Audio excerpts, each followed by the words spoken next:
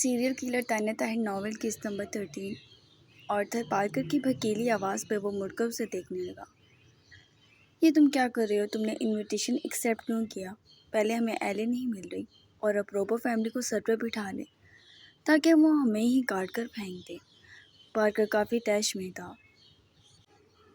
ایلی Jackson روبو کے پاس ہے، Arthur drink کرتا ہوا گہری نظروں سے دور تک دیکھتا بولا۔ پارکر لمحہ بھر کو رکا۔ تمہیں کس نے بتایا؟ پارکر نے اس کے ہاتھوں کو جھنجھوڑا۔ لگ گیا پتہ۔ دیکھنا یہ ہے کہ کل کیا ڈرامہ ہونے والا ہے۔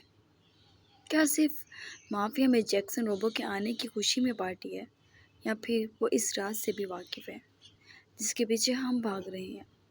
آرتھر نے گلاس ٹیبل پر رکھا جیسے جھنجھلایا ہوا تھا۔ کوئی بھی امید رکھی جا سکتی ہے۔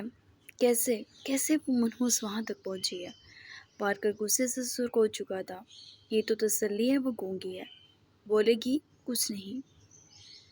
آرتھر نے پھر سے گھونٹ بھرا جبکہ پارکر نے اس کی جانب دیکھا۔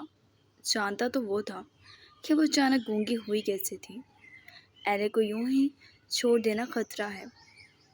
پارکر ابھی بات کر ہی رہا تھا کہ ان کا ملازم دروازہ بجا کر اندر آیا۔ ان دونوں نے اجازت دی تو اس کے ملازم نے ایک انویلپ ان کی جانب بڑھایا جسے آرتھر نے پکڑ کر کھولا تو اس میں سے 2 تصویریں نکلیں اور ان تصویروں کو دیکھ کر آرتھر چیئر چھوڑ کر ایک دم اٹھ بیٹھا۔ پارکر نے وہ تصویریں دیکھی اور حقوں تک رہ گیا۔ اگر وہ دونوں بھی کوئی عام انسان ہوتے تو شاید اینتھن کا چہرہ اور اس چھوٹے بچے کا چہرہ دیکھ نہ پاتے۔ جیکسن تصویر کی پشت پر لکھے نام پر آرتھر ایک دم چلا اٹھا۔ بے ساختہ وحشت ناک چیخ نکلی تھی اس کے منہ سے۔ اینتھن پارکر کا چھوٹا بھائی تھا جو لاس ویگاس میں روبو فیملی پر نگاہ رکھنے کے لیے ہی اپنی اصلیت چھپائے ہوئے تھا، اور اس کا یہ حال آرتھر تو غصے سے پھرنے لگا۔ میں اس کو زندہ نہیں چھوڑوں گا۔ آرتھر نے وہ تصویریں پھاڑ دیں۔ پارکر سر تھام گیا۔ اگر تم نے اسے زندہ چھوڑ دیا تو میں تمہیں جان سے مار دوں گا۔ پارکر دھاڑا اور وہاں سے باہر نکل گیا۔ چاروں طرف سے شکست کا سامنا ہو تو سب سے پہلے انسان کمینے پن پہ اترتا ہے۔ تبھی آرتھر گہری سوچ میں تھا۔ ایلے تو اس کی ہی تھی، اس نے اسے خریدا تھا۔ ایسا ہو ہی نہیں سکتا ایلے کسی اور کی ہو۔ وہ مٹیاں بھیجے ہوئے تھا جبکہ اس نے اپنے ملازم کو کال ملائی۔ روزی سے کہو میرے روم میں آئے، وہ بولا، اور اس کے ملازم نے فوراً اس کی ضرورت کا انتظام شروع کر دیا تھا۔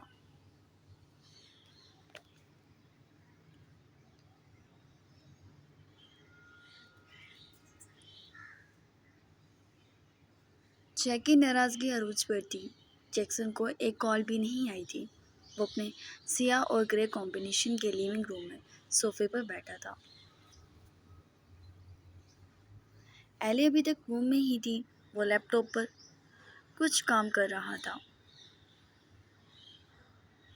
وہ جانتا تھا پولیس اس کے دروازے پہ پہنچ جائے گی اور دادا آگ بگولا ہوں گے اس کی اس حرکت پر، حالانکہ آج رات پارٹی تھی۔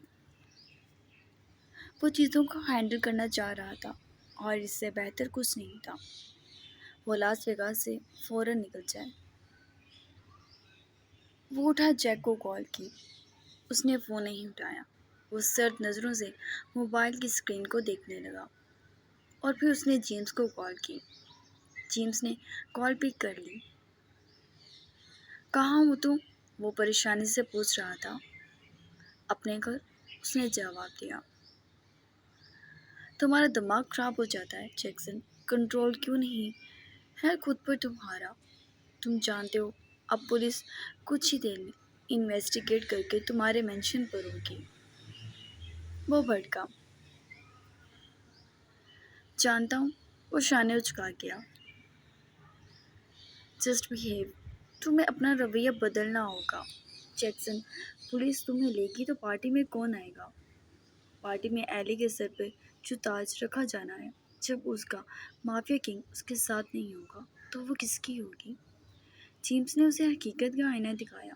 وہ لب دبا گیا۔ انہیں ساری چیزوں سے بچنا چاہتا تھا۔ انہی ساری چیزوں سے بچنا چاہتا تھا وہ، اور انہی چیزوں میں پھنس رہا تھا۔ ایسا نہیں ہوگا کہ ایلے میرے علاوہ کسی کی ہوگی۔ میں جا رہا ہوں، اس نے اسپاٹ انداز میں کہا۔ جیکسن جیمس چلایا، لیکن بیگرس صاحب اپنی جیکٹ اٹھا کر سر پہ ہڈی لیتا، ماسک چڑھاتا، وہاں سے اپنا ضرورت کا سامان لے کر وہ ایلے کے کمرے کے باہر آیا اور گہرا سانس بھرتا اندر داخل ہو گیا۔ وہ بستر پہ ایک نرم و ملائم پھول کی طرح پڑی تھی۔ وہ اس کے نزدیک آ گیا، چھپ کر اس کا چہرہ دیکھا، اور پھر اس نے اسے بازو میں اچک لیا۔ زیادہ وقت نہیں تھا، یہ کام وہ فرصت سے جہاز میں بھی کر سکتا تھا۔ ہنری سے وہ کل سے بات نہیں کر رہا تھا۔ سب چیز ریڈی تھی۔ وہ گاڑی میں سوار ہوا، اور وہ ذرا بھی نہ ہلی، ابھی بھی سو رہی تھی۔ کیا نشہ کر کے سوئی تھی؟ وہ سر چٹکتا اپنے کام پر فوکس کرتا اپنے پرائیویٹ جیٹ کی طرف آیا، اور جیسے ہی وہ سوار ہوا تو ہنری کی منحوس شکل دیکھ کر غصہ سا چڑھا، اور اس نے ایلے کو اپنی سیٹ پر پٹک دیا، اور وہ ایک دم اٹھ گئی۔ جیکسن سر چٹک گیا۔ یہاں اسے نیند نہیں آتی تھی، اور وہ نیند میں مگن اتنا تھی کہ ذرا جو سفر کے دوران جاگ گئی ہو، اور اب پٹکنے پر جاگ گئی تھی۔ سوری یار، ہنری شرمندہ ہوا۔ میں تمہیں یہاں سے باہر پھینک دوں گا، دور رہو مجھ سے۔ جسٹن، اس نے پائلٹ کو پکارا اور سر کے اشارے سے کچھ کہا تو وہ اڑان بھر گیا، جبکہ ایلے اب یہ سمجھنا چاہ رہی تھی وہ یہاں کیسے آئی، وہ کیا کر رہا تھا۔ پلیز یار، سوری نا، نہیں جانتا تھا۔ وہ دونوں ہاتھ کھول چکے، اور ایک دم جیکسن اس کی گردن اپنی فولادی گرفت میں جکڑ گیا۔ ایلے کانپ اٹھی۔ ہٹے، چھوڑے انہیں، آپ بہت گندے ہیں، آپ سب کو مارتے ہیں، آپ ظالم ہیں، پارکر سے بھی زیادہ ظالم۔ وہ روتے ہوئے جیکسن کے ہاتھوں پر تھپڑ برسانے لگی، جبکہ جیکسن نے جس طرح اسے تیش کھاتی نظروں سے دیکھا، اسی طرح ہنری اس کے بولنے پہ ہکا بکا سا رہ گیا۔ جیکسن کو شدید تب چڑھی تھی۔ وہ صرف اس کے سامنے بولنے کا حق رکھتی تھی، پھر کسی اور کو اس راز میں کیوں شامل کیا، اور ہنری کے لیے اس طرح تڑپی کہ اپنا راز کھول دیا۔ ایلے کو جب احساس ہوا تو وہ آنکھیں پاڑی اپنے منہ پر ہاتھ رکھ گئی۔ تم بول سکتی ہو؟ ہنری خوش ہوا۔ ایلے، تم بول سکتے ہو یار۔ وہ بے حد خوش دکھائی دے رہا تھا۔ ایلے اس کی آنکھوں میں دیکھنے لگی۔ وہ اس کے بولنے پر کتنا خوش تھا۔ ہاں، وہ کتنا اچھا انسان تھا۔ اس کے بولنے پر بھی خوش ہوا تھا۔ وہ مسکرا دی۔ تم سچ بتاؤ، کیا تم بول سکتی ہو؟ پھر تم کیوں؟ وہ اس کے بازو کو جھنجھوڑ کر بولا۔ ایلے کی آنکھوں کی نرمی جیکسن کے وجود کو سلگا گئی۔ وہ مسکراتی نظروں سے اسے دیکھ رہی تھی۔ جسٹن، اس کی دھاڑ گونجی۔ ٹیک آف کرو، سرد نظروں سے کہا۔ ہنری نے ایلے پر سے ہاتھ ہٹائے۔ جیکسن، سوری، میں اب انٹرفیئر نہیں کروں گا، وہ بولا۔ وہ چپ رہا۔ ایلے ڈر گئی۔ ہنری نفی میں سر ہلانے لگا۔ وہ کچھ زیادہ ہی ناراض تھا۔ جسٹن اس کے حکم پر جنگل کے بیچ میں اتار چکا تھا۔ آؤٹ، جیکسن نے سنجیدگی سے کہا۔ ہنری منہ بنا کے باہر نکل گیا، اور یہ بات کسی اور کو نہ پتہ چلے۔ جیکسن نے اسے وارن کیا، جبکہ وہ سر ہلا کے باہر نکل گیا۔ یہ کیا بات تھی کہ جیکسن جانتا تھا اور وہ نہیں؟ ایلس کے ساتھ رہتی تھی، پھر بھی وہ نہیں جان سکا، لیکن اسے ایلس سے زیادہ جیکسن کی فکر ہو رہی تھی، جو اس پر برہم تھا۔ ہنری باہر نکلا تو ایلے کی سسکی گونجی۔ جیکسن معلوم نہیں کیوں اپنا آپ کنٹرول نہیں کر پا رہا تھا۔ اس نے دانت پیس کر اس کی جانب دیکھا۔ ایلی پیچھے کی طرف بھاگ گئی۔ وہ جبکہ وہیں بیٹھ گیا۔ اگر وہ دماغ ٹھنڈا نہ کرتا تو یقیناً اسے باہر پھینک دیتا۔ تبھی وہ لیپ ٹاپ آن کر کے بیٹھ گیا۔ اس کا ارادہ نارتھ ایریا کی طرف جانے کا تھا جہاں جیک اپنی برڈ کو لے کر گیا تھا۔ وہ اسی ہٹ میں کچھ گھنٹے گزار کے ایلے کو لے کر دوبارہ لاس ویگاس آتا اور شاید اس کے بعد اسے پولیس پکڑ لیتی، لیکن پارٹی گزر جاتی۔ اتنا وقت وہ نکال لیتا۔ جیک کی اس کے پاس کال آئی تو وہ پک کر گیا اور خاموش رہا۔ کہاں ہو؟ آپ کے ہٹ میں جا رہا ہوں، اس نے سنجیدگی سے بتایا۔ میں نے بات کر لی ہے، تمہاری گرفتاری فنکشن کے ختم ہونے تک نہیں ہوگی، جیک نے تسلی دی۔ میں جانتا ہوں، اس نے لیپ ٹاپ کی اسکرین بند کر دی۔ تمہیں روکا تھا، کچھ ایسا مت کرنا، جیک نے شکوہ کیا۔ کوئی ہنری کو نقصان پہنچائے میں اپنا کنٹرول کھو دیتا ہوں۔ اس نے اپنی مجبوری بتائی۔ اسے کچھ نہیں ہونا تھا، تم جانتے ہو، یہ اس کی بزدلی ہے جو وہ پھنستا ہے۔ دادا، میں نے نہیں کہا تھا آپ میرے ساتھ اسے باندھ دیں۔ وہ میرے ساتھ ہے، میں اسے پرابلم میں نہیں چھوڑ سکتا، اس نے ذرا غصے سے بتایا۔ ٹھیک ہے، لیکن اسے مارنے کی ضرورت نہیں تھی، اس نے میری پشت پر وار کیا تھا، وہ نخوت سے بولا۔ تم اس کے بیٹے کو مار چکے ہو، جیک نے یاد دلایا۔ ہاں، جب کسی کی آنکھوں میں کسی کے لیے تڑپ کا عنصر نظر آئے تو مجھے سمجھ جانا چاہیے وہ اس کی محبت ہے اور کمزوری ہے۔ اس نے مجھ پہ وار کیا، میں نے اس کے سینے پر وار کیا۔ بات ختم۔ بات ختم نہیں ہوتی، تم ایلے کے بارے میں نہیں سوچ رہے۔ جبکہ معلوم نہیں کیوں رفتہ رفتہ اس کے اندر ایلے کو بٹھا رہا تھا جیک، اور جب وہ ایلے کا نام لیتا جیکسن کے اندر تک کوئی چیز اتر جاتی اور وہ بے چینی پہ اتر آتا۔ وہ میرے ساتھ رہے گی، وہ اپنی بات پر زور دیتا بولا۔ کب تک؟ کہاں تک؟ کب تک بھاگو گے اور اسے اپنے ساتھ بھگاؤ گے جیکسن؟ پلیز، جیکسن غصے سے بولا۔ نو مور جیکسن، نو مور۔ تم جانتے بھی ہو تمہاری گرفتاری کے بعد اس کی حفاظت کتنی مشکل ہے، وہ بھڑکا۔ جیکسن دانت پیس گیا اور فون بند کر دیا، جبکہ لیپ ٹاپ بھی پھینک کر وہ سیٹ سے پشت ٹکا کر آنکھیں بند کر گیا۔ اینتھن کو مارنے کا پچھتاوا تھا نہیں، لیکن اب ہو رہا تھا کہ اگر وہ جیل چلا گیا تو اس کے نکلنے کے چانسز کتنے عرصے تک بنتے ہیں وہ نہیں جانتا تھا، اور پیچھے مارک آرتھر پارکر کوئی بھی کیا کرتے ہیں وہ کچھ نہیں کر سکے گا۔ تو فیصلہ یہ ہوا، وہ مڑ کر اس پردے کو دیکھنے لگا جو اس کے اور ایلے کے درمیان حائل تھا۔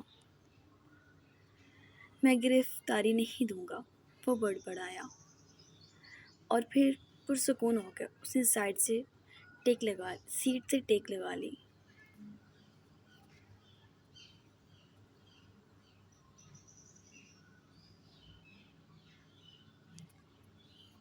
بھوک سے برا حال ہو رہا تھا اور یہاں کوئی بھی اس سے پوچھ نہیں رہا تھا۔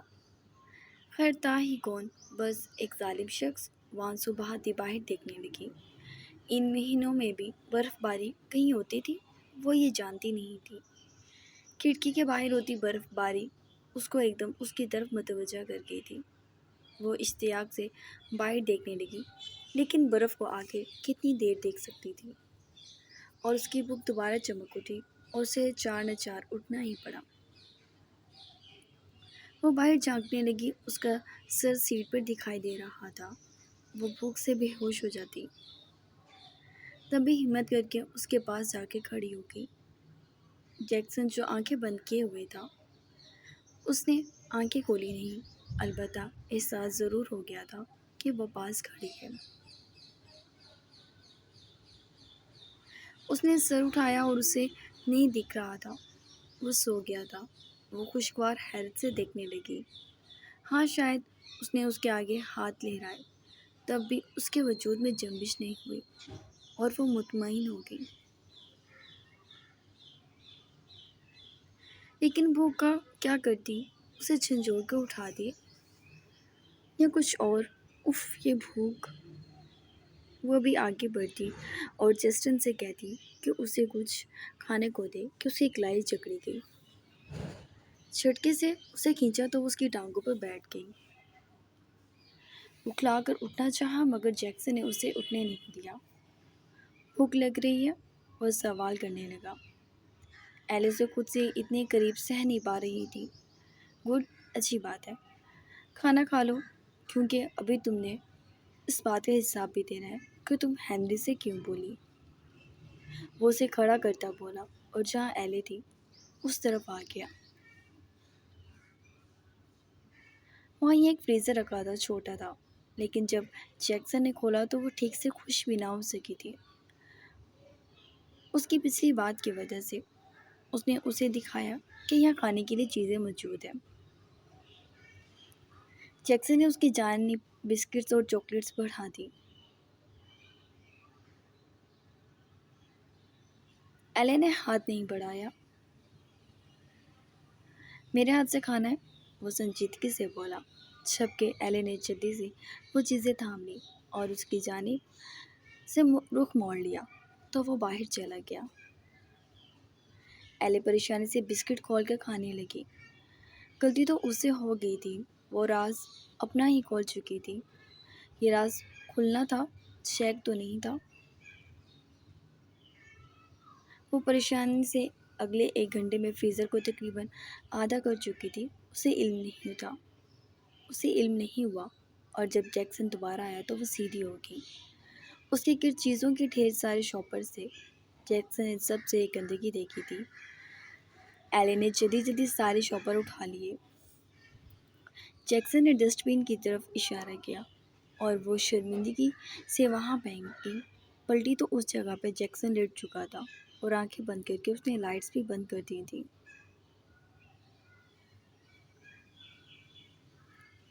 جبکہ ایلے باہر چلی گئی۔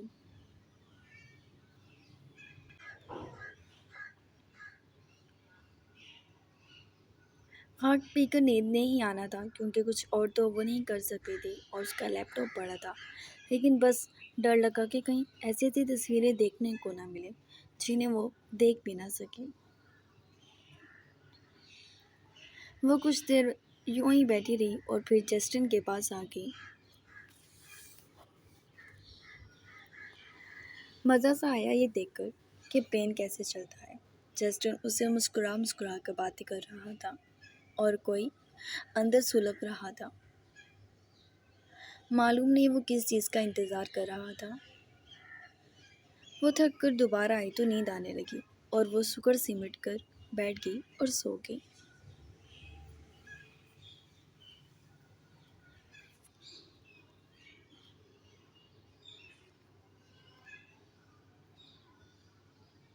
اس نے اندھیرے میں دیکھا تو وہ پردے کے پاس کھڑی تھی۔ اس نے ہاتھ بڑھایا تو ایلی نے اس کا ہاتھ تھام لیا اور عین اس پر لیٹ گئی۔ اس کے سینے پہ اپنا نرم چہرہ رکھا اور اس کی گردن میں بازو حائل کر لیا۔ اگر جیکسن اس کے روم کو لاک نہ رکھتا ہوتا تو وہ یقیناً نیند میں چل کر اس کے ٹائیگر کے پاس جا کر سو جاتی۔ وہ گہرا سانس بھر گیا۔ اس کا چہرہ دیکھنے لگا جو اس کی گردن پر اپنے نرم ہونٹ رکھے نیند میں اتری ہوئی تھی۔ وہ خوبصورت تھی، حسین تھی، اور دنیا کی کون سی لڑکی ہے جس میں یہ 2 چیزیں نہیں ہوتی؟ دادا نے اسے 1000 لڑکیوں کے ساتھ رہنے پر اکسایا مگر کبھی دل نہیں لگا تھا اس کا اس طرف، کیونکہ دماغ میں یہ بات درج تھی کہ عورت کی غربت مرد کو زنگ لگا دیتی ہے اور وہ چوک جاتا تھا۔ اور ایلے کی جانب مائل ہونے کا پہلا موقع یہ تھا جب اسے پتہ چلا وہ گونگی ہے۔ وہ کچھ حیران ہوا۔ اسے لگتا تھا عورت مکمل ہوتی ہے اور ایک نامکمل عورت کی طرف وہ پہلی بار چونک کر متوجہ ہوا تھا، اور جب یہ پتہ چلا وہ گونگی نہیں ہے تو یہ بات پہلی بار اسے دھچکا لگا گئی تھی کہ کوئی عورت اتنی پور اسرار بھی ہو سکتی ہے۔ یہ سب اس کے تجزیے تھے، جبکہ ایلے خود سے ایسی بالکل نہیں تھی، نہایت بیوقوف اور سستی سہمی ایک عام سی لڑکی تھی وہ۔ اور جب دادا نے کہا وہ اس کی ہے، بس وہ مان گیا تھا کہ وہ اس کی ہے۔ اب تک بھی اسے یہ احساس نہیں ہوا تھا کہ وہ اس سے محبت کرتا ہے یا پھر اسے پسند کرتا ہے، بس دادا نے اس کے شانوں پر قطرہ قطرہ ذمہ داری ڈال دی اور اس نے اسے قبول کر لیا۔ اسے راز پسند تھے اور وہ لڑکی راز تھی۔ اس کے نام نیو یارک تھا، جس کی اسے خبر بھی نہیں تھی۔ وہ لڑکی راز تھی اور وہ اس راز کو اپنے پاس رکھنا چاہتا تھا تاکہ کوئی اس کے راز سے آشنائی حاصل نہ کر سکے۔ لیکن جب وہ ہنری کے آگے بولی تو جیکسن کو بے حد غصہ چڑھا تھا۔ وہ اسے دیکھ رہا تھا، اسے اس وقت سزا دینی تھی اور وہ اس کے سینے پہ لیٹی ہوئی تھی۔ اس کا دھان پان سا وجود بالکل بھی وسیع نہیں تھا۔ اس نے ہاتھ اٹھا کے اس کی کمر کے گرد بازو حائل کر لیے اور باہر کی جانب دیکھنے لگا۔ کچھ ہی دیر میں وہ لینڈ کر جاتے۔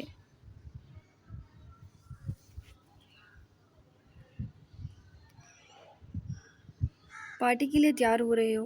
آرتھر نے کہا جبکہ وہ خود بھی تیار ہو چکا تھا۔ جولین نے مڑ کر آرتھر کو دیکھا تو وہ اسے دیکھتا رہ گیا۔ بلیک تھری پیس میں وہ بے حد شاندار لگ رہا تھا، اور پھر اس کا اسمارٹ انداز جولین سر ہلا گیا۔ ہاں، ڈیڈ ریڈی ہے؟ آرتھر نے پوچھا۔ ڈیڈ مام دونوں۔ چلو چلتے ہیں۔ وہ کہہ کر باہر نکلا تو آرتھر بھی نکل آیا۔ وہ اپنے پرائیویٹ جیٹ میں سوار ہوئے اور لاس ویگاس کی جانب اڑان بھر لی۔ یہ خاموشی ایسی ہی نہیں تھی، یقیناً کچھ تو تھا اس خاموشی کے پیچھے۔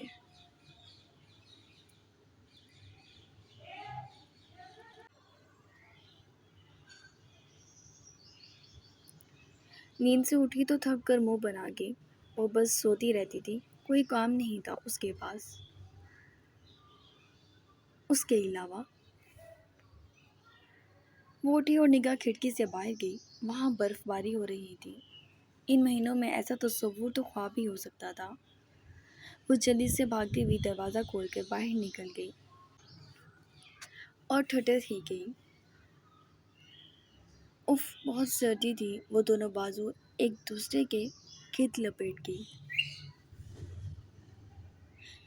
جبکہ پیچھے سے کسی نے اس پر ایک نرم سی چیز ڈالی۔ وہ مڑ کر دیکھنے لگی، جیکسن تھا، اور ہو بھی کون سکتا تھا اس کے علاوہ۔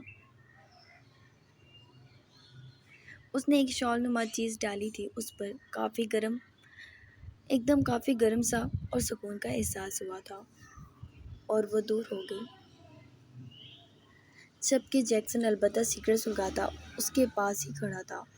وہ چور چور نگاہ اس پر اٹھاتی، پھر جھکا لیتی، پھر اٹھاتی، پھر جھکا لیتی، اور پھر جب اس نے اسے ٹکٹکی باندھ کر دیکھنا شروع کیا تو وہ دیکھتی رہ گئی۔ وہ کافی خوبصورت مرد تھا، لیکن شفاف تھا۔ اس کی کھڑی ناک ہلکی ہلکی لال ہو رہی تھی۔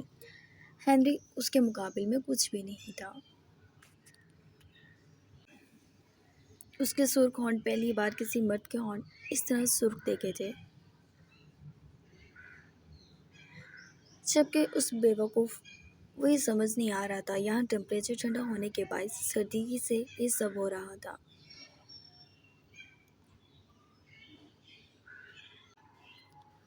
جبکہ اس کے بازو پر بنا ٹیٹو، وہ کچھ مخمصے میں پڑ گئی تھی۔ وہ اتنا خوبصورت کیوں تھا؟ اور جب وہ اس کا تجزیہ کرنے میں اچھے سے مگن تھی تبھی اس نے اس کی جانب نگاہ گھمائی۔ وہ ایک دم ہڑبڑا کر پیچھے برف میں جا گری۔